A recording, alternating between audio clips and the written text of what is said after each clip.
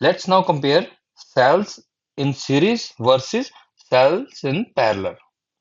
तो ये लगा रखे हमने सेल इन सीरीज, तो इसका सर्किट डायग्राम हो गया ये वाला। इसी तरह हम सेल्स इन पैरेलल लगा रखे हैं और उसका सर्किट डायग्राम यहाँ पे। चलो कंपेयर करते हैं। अभी हमने पढ़ा था कि सीरीज में जब सेल लगे होते हैं तो उनकी ईएमएफ है वो एड अप हो जाती है। तो इस सर्किट में इन तीन सेल्स की जो ईएमएफ आएगी वो होगी sum of this all EMFs. 1.5 plus 1.5 plus 1.5 is equal to 4.5। और पैरेलल में जो सेल की ईएमएफ होगी वो ही पोटेंशियल अक्रॉस द रेजिस्टेंस होगा। ये टर्मिनल्स के अक्रॉस उतना ही पोटेंशियल डेवलप होगा, क्योंकि ये सारी साइड एक पोटेंशियल पे है, इक्वी पोटेंशियल पे, और दूसरा एक पोटेंशियल है हायर पोटेंशियल, उस पोटेंशियल पे है ये सारी साइड। तो पोटेंशियल डिफरेंस यहाँ पे आ जाएगा is equal to E, that is 1.5 volts. तो सबसे पहला पॉइंट फिर हमें क्या कंपैरिजन में पता लगा? हमें पता लगा कि जब हम सेल्स को सीरीज में कंबाइन करते हैं तो पोटेंशियल डिफरेंस क्या करता है, इंक्रीज कर जाता है। जब सेल हम लगाएंगे पैरेलल कॉम्बिनेशन में तो पोटेंशियल डिफरेंस सेम ही रहेगा। जो ईएमएफ इन सेल की है 1.5 वोल्ट, उतना ही पोटेंशियल क्रिएट होगा इस रेजिस्टेंस के अक्रॉस, यहाँ पे 1.5 वोल्ट्स।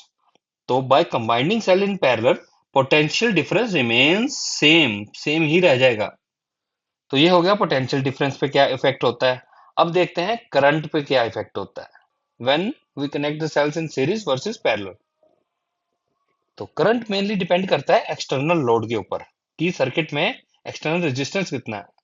देखो यहाँ पे कुछ भी कॉम्प्लेक्स नहीं है, हर चीज ग्राफिक से समझाई हुई है और आपको भी अभी बड़ी जल्दी नजर आ जाएगा इन लाइंस का मतलब क्या है। हमने करंट की वैल्यू निकाली थी सीरीज और पैरेलल में, सब कुछ सेम आया था। देखो यहाँ भी एन ई एन ई, सिर्फ फर्क कितना था, ये एन किसके पास है, ये फर्क था। जब सीरीज में है एन इंटरनल रेजिस्टेंस के पास है, और जब पैरेलल में है एन जो है एक्सटर्नल रेजिस्टेंस के पास है। बस इतना ही डिफरेंस आया था, बाकी सारा फॉर्मूला सेम था। तो इससे इफेक्ट क्या डलता है वो हम स्टडी करने वाले हैं। ये चीज स्टडी करने से पहले आपको एक कॉन्सेप्ट मैं और क्लियर कर दूं। देखो जो हमारे सेल्स होते हैं ना, बेसिकली ये होते हैं दो तरह के, अच्छे सेल, बढ़िया सेल, और लोकल क्वालिटी के सेल। अच्छे और लोकल क्वालिटी से क्या मतलब है मेरा? सेल वो चीज है जो हमें इलेक्ट्रिकल एनर्जी देता है, जो हमें करंट देता है सर्किट में। तो अच्छा सेल होगा वही जो यही काम करेगा, सिर्फ करंट देगा। इसका मतलब है जो ये इंटरनल रेजिस्टेंस है एक बढ़िया बैटरी का, एक अच्छी क्वालिटी की बैटरी का, इतना कम होगा कि उसको हम निग्लेक्ट कर सके। तो अच्छी बैटरी कौन सी होगी? जिसका ये इंटरनल रेजिस्टेंस कम है, ये एक अच्छी बैटरी है। यहाँ पे भी देखो इसका भी इंटरनल रेजिस्टेंस बहुत कम है, तो ये एक अच्छी बैटरी है। तो इसके ऑपोजिट देसी क्वालिटी की बैटरी, चालू क्वालिटी की बैटरी कौन सी होगी? जो करंट तो प्रोवाइड कर रही है और साथ में उसका अपना रेजिस्टेंस भी बहुत ज्यादा है। ऐसा क्यों है? कुछ भी हो सकता है, बैटरी के केमिकल्स अच्छे नहीं है, उनकी कंसंट्रेशन अच्छी नहीं है, जो हमने इलेक्ट्रोड्स यूज किए हैं प्योर नहीं है, इम्प्योर है, कॉपर प्योर नहीं था उसमें, या फिर हमने कोई टेम्परेरी बैटरी बनाई है। और ऐसी बैटरी कैसे पहचानी जाएगी? उसका जो इंटरनल रेजिस्टेंस होगा बहुत ज्यादा होगा। बाय डेफिनेशन हम मजबूर हैं ऐसी किसी भी डिवाइस को सेल कहने के लिए जो केमिकल एनर्जी को इलेक्ट्रिकल एनर्जी में कन्वर्ट करती है। ये तो हमने सबसे पहले सेल की डेफिनेशन में लिखा था। ऐसे तो बहुत से केमिकल हैं जो हमें करंट दे सकते हैं, लेकिन इसमें से सबसे अच्छा कॉम्बिनेशन केमिकल्स का तो वही हुआ ना जो करंट तो बना रहे हैं लेकिन उनका अपना रेजिस्टेंस कुछ नहीं है। ऐसी बैटरीज या ऐसे सेल जो करंट तो बना रहे हैं लेकिन उसी करंट को खुद ही रेजिस्टेंस भी दे रहे हैं, इसका मतलब अपना बनाया हुआ करंट आधा तो आप ही खा जाते हैं। ऐसी बैटरीज को हम टेम्पररी बोल देते हैं, घटिया क्वालिटी की बैटरीज या फिर चालू क्वालिटी की देसी बैटरीज। यहाँ देखो इस बैटरी में भी इसका इंटरनल रेजिस्टेंस बहुत ज्यादा है एज कंपेयर टू बाहर के रेजिस्टेंस से। तो ये भी एक बैटरी जो हुई लो क्वालिटी बैटरी हुई, बैड बैटरी हुई, अच्छी बैटरी नहीं है। अच्छी बैटरी वो ही जो अपने बनाए करंट को खुद रेजिस्टेंस नहीं देती, वो है प्रीमियम क्वालिटी बैटरी, अच्छी क्वालिटी बैटरी। और जो बैटरी अपने बनाए करंट को खुद ही रेजिस्टेंस दे के खत्म कर रही है, that is bad quality, bad practice.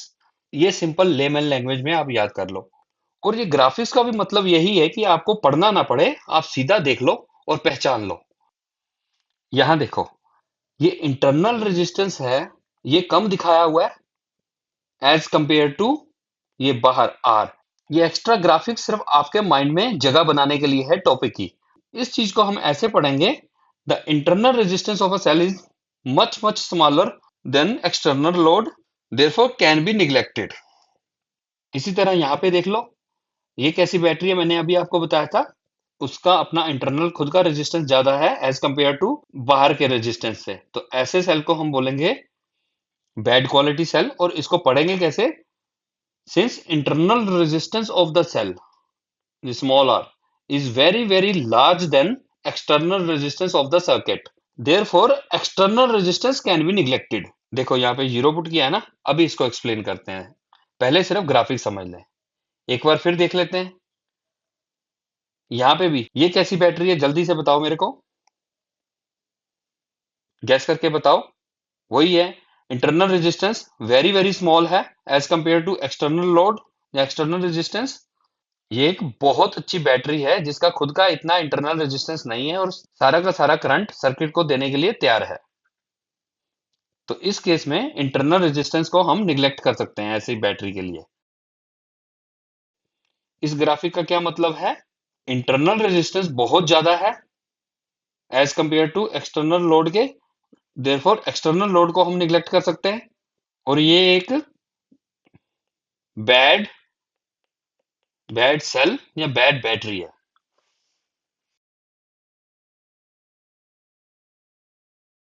तो हम आपको सब सिंबल्स और डायग्राम से समझाएंगे, क्योंकि सिंबल्स और डायग्राम हमारे दिमाग में ज्यादा देर तक टिकते हैं, हमारी मेमोरी में लॉन्ग टर्म तक स्टोर होते हैं। इसीलिए हम सब आपको with the help of diagram समझाएंगे। ये लेफ्ट साइड पैरेलल का केस है और राइट साइड है सीरीज का केस।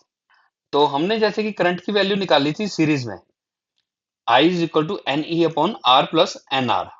एन आर क्या है, टोटल इंटरनल रेजिस्टेंस।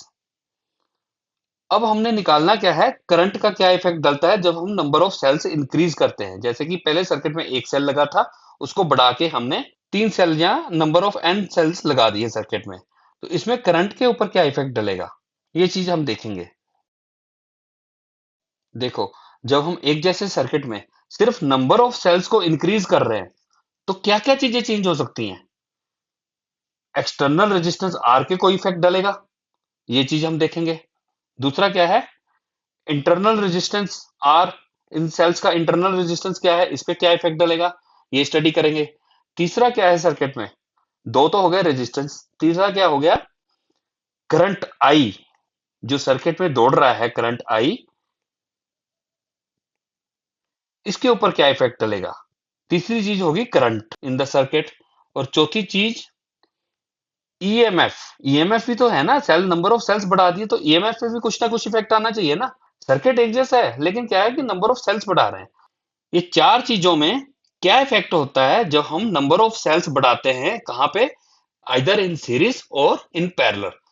देखो यहाँ पे भी हमने नंबर ऑफ सेल्स बढ़ाए हैं, तो इसके कारण कौन सी चीज सेम होगी, किस चीज को निग्लेक्ट करना है, और क्या चीज बढ़ेगी और क्या चीज नहीं बढ़ेगी, ये हम इन चारों में से हर चीज का इफेक्ट यहाँ पे ग्राफिकली हम देख सकते हैं, सीरीज वर्सेस पैरेलल।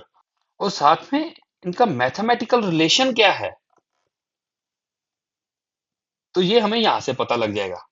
तो ये पूरा कॉम्पैक्ट आपको यहाँ पे कंपैरिजन मिल जाएगा चारों केसेस का, जिसमें से दो केस सीरीज के और दो केस हैं पैरेलल के।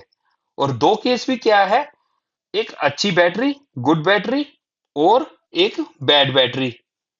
तो अगेन एक बार फिर देख लो, अच्छी बैटरी कौन सी है, ये वाली जिसका इंटरनल रेजिस्टेंस कम है, जिसको जो है हमने स्टार दे दिया है।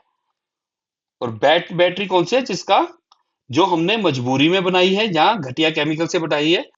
और इसकी पहचान क्या है, इसका इंटरनल रेजिस्टेंस जो है ये बहुत ज्यादा होगा। इन वन लुक, एक ही नजर में सब कुछ क्लियर हो जाएगा।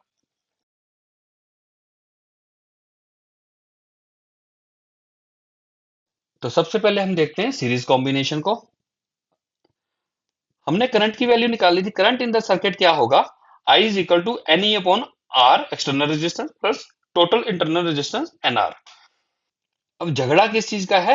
इन दो चीजों का, इस वाले एक्सटर्नल रेजिस्टेंस का, ये वाला एक्सटर्नल रेजिस्टेंस का और इंटरनल रेजिस्टेंस का, इन दोनों का। ये दोनों है कंट्रोलिंग फैक्टर जो करंट को डिसाइड करते हैं कितना करंट फ्लो करना है सर्किट में, चाहे वो सीरीज हो चाहे पैरेलल हो। तो इन दोनों को अब हम देख लेंगे।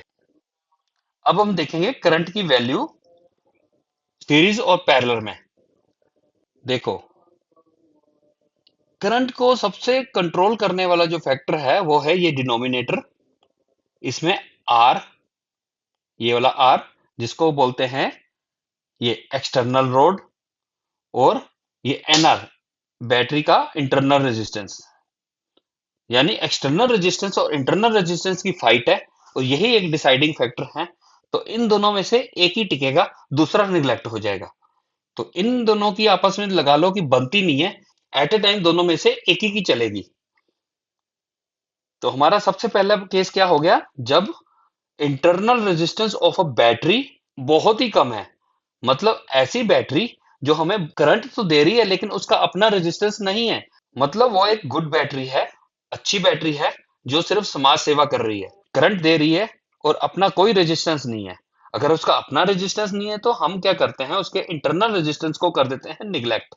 इंटरनल रेजिस्टेंस आर की वैल्यू है, स्मॉल आर की वैल्यू है, इसको कर देंगे जीरो पुट। इसको जीरो पुट करेंगे तो ये वाली टर्म हो जाएगी जीरो। तो हमारे पास जो करंट का फॉर्मूला आएगा वो आएगा I is equal to N E upon R. तो इससे पता क्या चलता है हमें? देखो, बाहर का जो लोड है, एक्सटर्नल लोड है, ये तो फिक्स है, ईएमएफ भी इन सेल्स की फिक्स है। तो इसका मतलब I is directly proportional to number of cells, ये एन के डायरेक्टली प्रोपोर्शनल है। जैसे नंबर ऑफ सेल्स बढ़ाएंगे करंट बढ़ जाएगा। अच्छा, यहाँ पे ना दो चीजें आपने ध्यान में रखनी है। एक तो करंट बढ़ रहा है, कहां पे बढ़ रहा है, क्यों बढ़ रहा है, और क्या फैक्टर क्या है, करंट को बढ़ाने वाला फैक्टर कौन सा है, ये रिकॉग्नाइज करना है इस पूरे टॉपिक में हमने। दोबारा देख लो, जब हमने एक सेल लगाया था तब भी एक्सटर्नल रेजिस्टेंस आर था, जब हमने तीन लगाया, रेजिस्टेंस को कुछ नहीं, लोड को नहीं छेड़ा, तो एक्सटर्नल रेजिस्टेंस फिर आर ही रहेगा। तो मतलब आर की वैल्यू चेंज नहीं होगी, वो सेम ही रहेगी। दूसरा है इंटरनल रेजिस्टेंस। सिंस बैटरी बहुत बढ़िया है, अच्छी क्वालिटी की बैटरी है, तो इसका मतलब इंटरनल रेजिस्टेंस को फिलहाल आप निगलेक्ट कर दो। इतने अच्छे सेल हैं, इनका अपना कोई रेजिस्टेंस ही नहीं है। तो तीसरा फैक्टर बचता है करंट। जब हमने एक सेल लगाया था तो इतना करंट आ रहा था, जैसे ही नंबर ऑफ सेल्स बढ़ जाएंगे तो करंट बढ़ के यहाँ पे आ जाएगा, तो करंट इंक्रीज कर जाएगा इस केस में। तो इसका मतलब current increases because number of cells increases. Current क्यों इंक्रीज हुआ? क्योंकि इस फॉर्मूले में मैथमेटिकली आ गया था I is directly proportional to N. दूसरा थोरेटिकली भी देखो, जैसे कि हमने सीरीज में कहा था, जैसे ही हम सेल्स को सीरीज में लगाएंगे पोटेंशियल एड अप हो जाएगा, ईएमएफ एड अप हो जाएगी। करंट के इंक्रीज करने का कारण यहाँ पे है इसकी ईएमएफ का बढ़ जाना। दोबारा देखो, जब हमने नंबर ऑफ सेल्स को इंक्रीज कर दिया तो इसका मतलब है हमने इसके अक्रॉस पोटेंशियल को इंक्रीज कर दिया, ज्यादा ईएमएफ दे दी, क्योंकि ईएमएफ एड अप हो गई है। ईएमएफ एड अप होने की वजह से, पोटेंशियल इंक्रीज करने की वजह से करंट इंक्रीज हो रहा है यहाँ पे। ये मेन बात है। हमने सेल बढ़ाए, उससे पोटेंशियल बढ़ा और उससे करंट बढ़ गया सर्किट में। तो ये केस है एक अच्छी बैटरी का, गुड बैटरी का। इसी तरह अगला केस देखो। अब हमारे पास आ गई है दूसरी बैटरी जिसमें इंटरनल रेजिस्टेंस बहुत हाई है। तो इसका मतलब एक्सटर्नल जो लोड है वो स्मॉल है, इसको निगलेक्ट कर देते हैं, therefore external load can be neglected. तो इसका मतलब हम एक्सटर्नल लोड की वैल्यू जीरो पुट कर देंगे। करंट इन द सर्किट आ जाएगा n E upon n r, n से एन कट गया, आई की वैल्यू, करंट की वैल्यू आ गई ई अपॉन आर। तो यहां पे देखो आई डिपेंड करता है E EMF of the cell जो कि कांस्टेंट है, internal resistance of the cell जो कि कांस्टेंट है। तो इसका मतलब इस कंडीशन में करंट नहीं इंक्रीज करेगा। अगर हमने घटिया बैटरी को सीरीज में लगा दिया तो हम जितने मर्जी सेल बढ़ा लें करंट इंक्रीज नहीं करेगा, क्योंकि यहाँ पे मैथमेटिकली एन आया ही नहीं है। ठीक है, यहाँ पे एन नहीं है। तो ये हो गया मैथमेटिकल प्रूफ। अब इसके बेसिक फंडा क्या है इसके अंदर, वो भी स्टडी कर लो, वो भी देख लो। पहले हमने लगाया था एक सेल, एक लो क्वालिटी का सेल, क्योंकि इंटरनल रेजिस्टेंस ज्यादा है ना, तो इसलिए ये हो गया लो क्वालिटी का सेल। तो फिर हमने लो क्वालिटी के सेल सीरीज में लगा कर देखे। इससे चारों फैक्टर्स पे क्या फर्क पड़ेगा वो हम देख लेते हैं। देखो, जो तो एक्सटर्नल रेजिस्टेंस है, ये वाला, इसको तो हमने निग्लेक्ट कर दिया। इंटरनल रेजिस्टेंस ज्यादा था, उसके कारण इसको निग्लेक्ट कर दिया एक्सटर्नल को। तो ये तो इसको तो यहाँ पे भूल जाओ, फिर इसका कोई रोल नहीं है। अगला आ गया इंटरनल रेजिस्टेंस। इसके ऊपर क्या इफेक्ट डलेगा? देखो, जब एक सेल का रेजिस्टेंस इतना था, तो दूसरे तीन सेल का जहां ज्यादा नंबर ऑफ सेल्स का क्या होगा, बढ़ जाएगा, यहां से इंक्रीज करके यहां तक आ गया। इंटरनल रेजिस्टेंस अगर एक सेल का इतना था, तो तीन सेल का या एन सेल्स का बढ़ के ऊपर चला गया, तो इसलिए इंटरनल रेजिस्टेंस बढ़ गया। ईएमएफ पे क्या इफेक्ट पड़ेगा? सिंस सीरीज में लगा रखे हैं, ईएमएफ तो बढ़ेगी ही बढ़ेगी। ये जो होगी पूरी ईएमएफ, इसकी क्या आएगी, इन तीनों का सम, क्योंकि सारे सेल सीरीज में हैं। अच्छे हो बुरे हो ये बाद में देखेंगे, लेकिन ईएमएफ बढ़ जाएगी, इंक्रीज कर देगी। तो बाय ओम्स लॉ करंट बढ़ना चाहिए था, लेकिन क्यों नहीं बढ़ा? उसका कारण है ये रेजिस्टेंस, इंटरनल रेजिस्टेंस। जैसे ईएमएफ बढ़ी तीन सेल्स की वजह से, साथ के साथ रेजिस्टेंस भी बढ़ गया, तो इसके कारण करंट को मौका ही नहीं मिला बढ़ने का, तो करंट बढ़ ही नहीं पाया। तो इसका मतलब, अगर बैटरी अच्छी नहीं है, तो हम जितना मर्जी सीरीज में लगा लें, ईएमएफ बढ़ाते रहें, करंट नहीं बढ़ने वाला। क्यों नहीं बढ़ने वाला? क्योंकि जितना हम ईएमएफ बना रहे हैं, उतना ही इंटरनल रेजिस्टेंस सर्किट में बढ़ता जा रहा है। ईएमएफ इंक्रीज होने से आर की वैल्यू भी इंक्रीज हो रही है, चाहे नंबर ऑफ सेल्स हम बढ़ाते रहे। और वैसे भी फॉर्मूले में एन तो है ही नहीं कहीं पे, एन तो कट गया यहाँ पे। अगर हमारे पास सीरीज भी है, बैटरी अच्छी नहीं है, करंट नहीं इंक्रीज करेगा, क्योंकि ईएमएफ इंक्रीज करने के साथ साथ इंटरनल रेजिस्टेंस ऑटोमेटिकली इंक्रीज हो रहा है सेल का। इनका अपना रेजिस्टेंस इंक्रीज होने की वजह से यहाँ पे जो करंट है ये इंक्रीज ही नहीं कर पाएगा। तो इस कारण ऐसे केस में हमारे पास there is no change in current. Lower quality की बैटरी के केस में, अगर हम बैटरीज को सीरीज में भी कनेक्ट करते हैं, तो करंट नहीं बढ़ेगा सर्किट में। क्यों नहीं बढ़ेगा? क्योंकि इंटरनल रेजिस्टेंस बढ़ जाता है सर्किट का। इस कॉन्सेप्ट से बहुत ही अच्छा कंसेप्चुअल क्वेश्चन बनता है। If we connect 8 cells of 1.5 volt in series, do we get the same current as 12 volt chemical battery? मान लो हमारे पास कार है, उसमें लगी हुई है 12 वोल्ट की एक बैटरी, और वो हो चुकी है खराब। तो क्या हम मार्केट जाकर 1.5 वोल्ट के 8 सेल ले आए, उनको कर दें हम सीरीज में कनेक्ट, तो क्या इससे हमारी कार स्टार्ट हो जाएगी? तो आंसर इज नो। क्यों नहीं होगी? देखो, जब हम 8 सेल को सीरीज में कनेक्ट करेंगे आपस में, हमें 12 वोल्ट तो मिल जाएगा टोटल, ईएमएफ तो उसकी एडअप हो जाएगी, क्योंकि वो सीरीज में है। लेकिन यहाँ पे प्रॉब्लम यह है कि जब हमने सीरीज में सेल्स को लगा दिया, अब इन सेल्स के पास ईएमएफ के साथ साथ है इंटरनल रेजिस्टेंस। जैसे ही हम इनको सीरीज में लगाएंगे, ये रेजिस्टेंस भी तो आपस में एडअप होगा ना।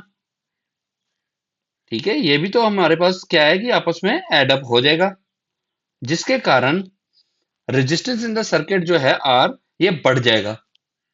तो इसके कारण करंट ड्रॉप हो जाएगा, तो हमें उतना करंट नहीं मिलेगा जिससे हम अपनी कार स्टार्ट कर सकें।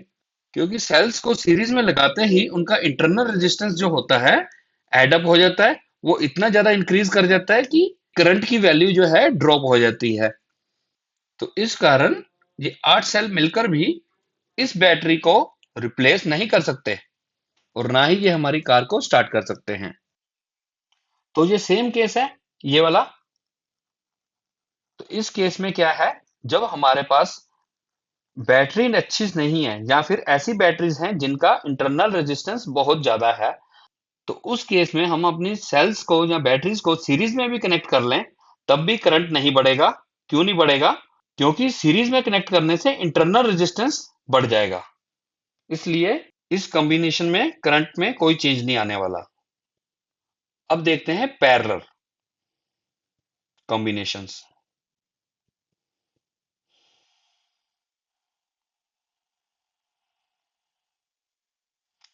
अच्छा ये बताओ ये कौन सा सेल है? ये एक अच्छा सेल है क्योंकि इसका इंटरनल रेजिस्टेंस कम है। कोई हमारे पास अच्छा सेल है जिसका इंटरनल रेजिस्टेंस कम है, इसका मतलब ये आर छोटा है, इतना छोटा है कि हम इसको निग्लेक्ट कर सकते हैं। निग्लेक्ट करने का मतलब उसकी वैल्यू फॉर्मूला में जीरो पुट कर दो। तो यहाँ भी एन से एन कट गया, तो हमारे पास करंट की वैल्यू आ गई I is equal to E by R. इस केस में भी देख लो, देखो अब फर्क है। हमने जो सेल लगाए हैं सीरीज की जगह हमने लगा दिया उनको पैरेलल। ये अच्छी क्वालिटी के गुड क्वालिटी के सेल हैं, इनका इंटरनल रेजिस्टेंस कम है, तो इसलिए हमने यहाँ पे इनको निग्लेक्ट कर दिया, इसकी तरफ हम ध्यान ही नहीं देंगे। अब देखो एक्सटर्नल लोड का रेजिस्टेंस तो उतना ही रहेगा सेम, उसमें तो हमने कुछ भी चेंज नहीं किया। और जो ईएमएफ है वो तो इंक्रीज नहीं करेगी क्योंकि पैरेलल कॉम्बिनेशन में ईएमएफ एड अप नहीं होती, सेम रहती है। तो यहाँ पे हमारे पास कोई भी ऐसा फैक्टर नहीं है जो करंट को सर्किट में बढ़ा सके। तो हम जितने मर्जी सेल पैरेलल में लगा दें, करंट इंक्रीज नहीं करेगा। क्यों? ना तो हम मैथमेटिकली यहाँ पे कोई एन आया है और ना ही हमारे पास यहाँ प्रैक्टिकली कोई चीज है जिसके कारण करंट इंक्रीज कर रहा हो। इवन दो हमारे पास ये अच्छी क्वालिटी के सेल हैं, लेकिन फिर भी ना तो कोई ईएमएफ में इंक्रीज आया, ना ही किसी आउटर सर्किट के रेजिस्टेंस में डिक्रीज आएगा। और इंटरनल रेजिस्टेंस तो निग्लेक्ट कर दिया क्योंकि ऐसी अच्छी बैटरी का इंटरनल रेजिस्टेंस होता ही नहीं है। There is no such factor which can increase the current. So therefore, there will be no change in current. Even though हमारे पास अच्छी बैटरीज हैं, अच्छे सेल्स हैं, हम जब उनको पैरेलल लगा देंगे तो तब भी हमारे पास कोई चेंज नहीं आने वाला करंट में। अब देखो, अब हमारे पास लास्ट केस बचा है ऐसे सेल का जो अच्छी क्वालिटी का नहीं है, जिसका अपना रेजिस्टेंस बहुत ज्यादा है। इंटरनल रेजिस्टेंस छोटे आर की वैल्यू होगी ज्यादा, ग्राफिकली ये सीधा यहाँ पे नजर आ जाएगा as compare to external resistance R, बड़ा R. Therefore external resistance can be neglected, उसको निग्लेक्ट कर देते हैं इस बार। तो करंट इन द सर्किट आ जाएगा, यहाँ आर की वैल्यू रखो जीरो, ये यहाँ से ये वाली पूरी टर्म हो जाएगी जीरो, और हमारे पास आ जाएगा, और I is equal to N E upon R. इसको थोड़ा सा मैं मॉडिफाई करके लिख देता हूं, इसको हम ऐसे भी लिख सकते हैं E upon r by n. ये मैंने ऐसा क्यों लिखा है अभी समझ आ जाएगा। अब इसके पीछे का कॉन्सेप्ट भी देख लो। सबसे पहले एक्सटर्नल रेजिस्टेंस उसको हमने कर दिया निग्लेक्ट, क्योंकि इंटरनल रेजिस्टेंस बहुत हाई है, बात मानी जाएगी इंटरनल रेजिस्टेंस की। तो उसी को देख लेते हैं। जब हमने एक सेल लगाया था जो कि अच्छी क्वालिटी का नहीं था, देसी सेल था, उसके केमिकल्स अच्छे नहीं थे, तो उसने बहुत सारा इंटरनल रेजिस्टेंस दिया। अब हमने तीन सेल लगा दिए और तीनों लगाए हैं हमने पैरेलल में। और हमें पता है जब रेजिस्टेंस पैरेलल में लगे होते हैं, नेट रेजिस्टेंस बन जाता है कम, डिक्रीज कर जाता है। और कितना डिक्रीज करता है? R by N.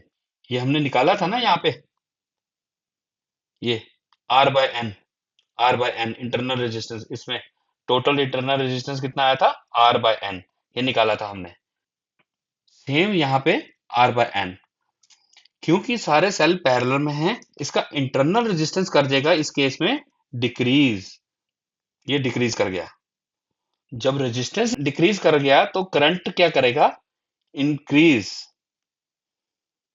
करंट कर देगा इंक्रीज, क्योंकि सारे सेल लगे हुए हैं पैरेलल में। ईएमएफ हमेशा ही सेम रहेगी इस केस में, ये सारे पैरेलल में हैं तो ये पोटेंशियल सेम रहेगा। यहाँ पे तो ईएमएफ सेम रहने वाली है। तो यहाँ पे करंट के इंक्रीज करने का कारण है ये वाला, ये डिक्रीज इन इंटरनल रेजिस्टेंस। ये रेजिस्टेंस कम हुआ है सर्किट में, और किसका? सेल्स का। सेल्स ने अपना ही, ये घटिया बैटरी का अपना ही रेजिस्टेंस कम हो गया सिर्फ उनको पैरेलल में लगाने से, इस कारण करंट इंक्रीज हुआ है। तो ये हल्की बैटरी को जब हम पैरेलल में लगाते हैं, उसका इंटरनल रेजिस्टेंस ऑटोमेटिकली कम हो जाता है, तो इसके कारण करंट इंक्रीज करता है। तो ये हो गया करंट के ऊपर इफेक्ट हर केस में। तो एक बार इसको दोबारा से फटाफट देख लेते हैं ताकि कोई ऐसा कॉन्सेप्ट रह ना जाए जो क्लियर ना हो। तो हम कंपेयर कर रहे हैं करंट की value in the circuit, current in the circuit, series combination और पैरेलल कॉम्बिनेशन का।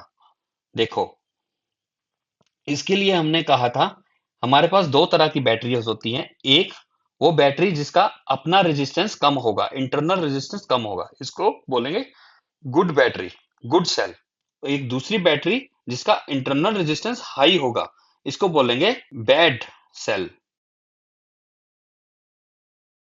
तो हमने गुड और बैड दोनों को सीरीज में लगाया।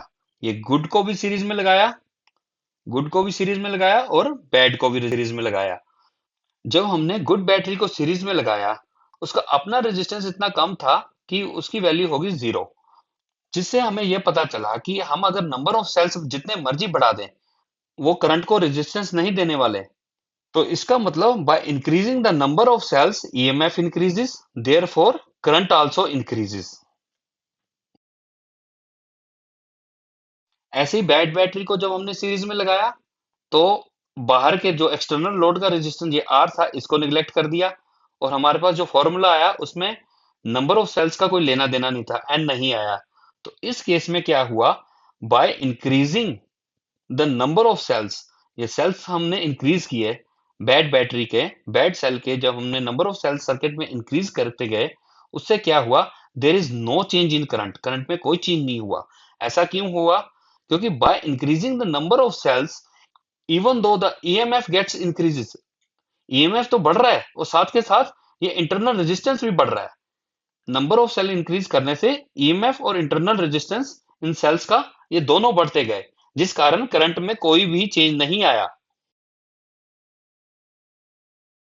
तो इसी तरह जब हमने गुड बैटरी को पैरेलल में लगाया, तो करंट में कुछ भी चेंज नहीं आया, नथिंग इज चेंज्ड। ये ऐसा क्यों हुआ, ऐसा कोई भी फैक्टर नहीं था कि जो करंट को चेंज कर सके, इसलिए इस केस में भी करंट नहीं बढ़ा। तो जब हमने बैड बैटरी को, जिसका इंटरनल रेजिस्टेंस ज्यादा है, उसको हमने पैरेलल में लगाया, यहां पे फर्क पड़ गया। यहां पे मैथमेटिकली एन इंट्रोड्यूस हो गया। तो जब हमने सर्किट में नंबर ऑफ बैटरीज को इंक्रीज किया, करंट इंक्रीज कर गया। और यहाँ पे करंट के इंक्रीज करने का कारण क्या बना, internal resistance in the circuit decrease कर गया। देखो ई तो सेम रहा, ई में पोटेंशियल डिफरेंस तो सेम रहा। क्योंकि ये एक बैड बैटरी थी, इसका इंटरनल रेजिस्टेंस बहुत ज्यादा होता है, और रेजिस्टेंस चाहे इंटरनल हो एक्सटर्नल, जब पैरेलल में लगेगा उसकी वैल्यू डिक्रीज कर देगी, और इस डिक्रीज की वजह से करंट शूट अप कर गया, इंक्रीज कर गया।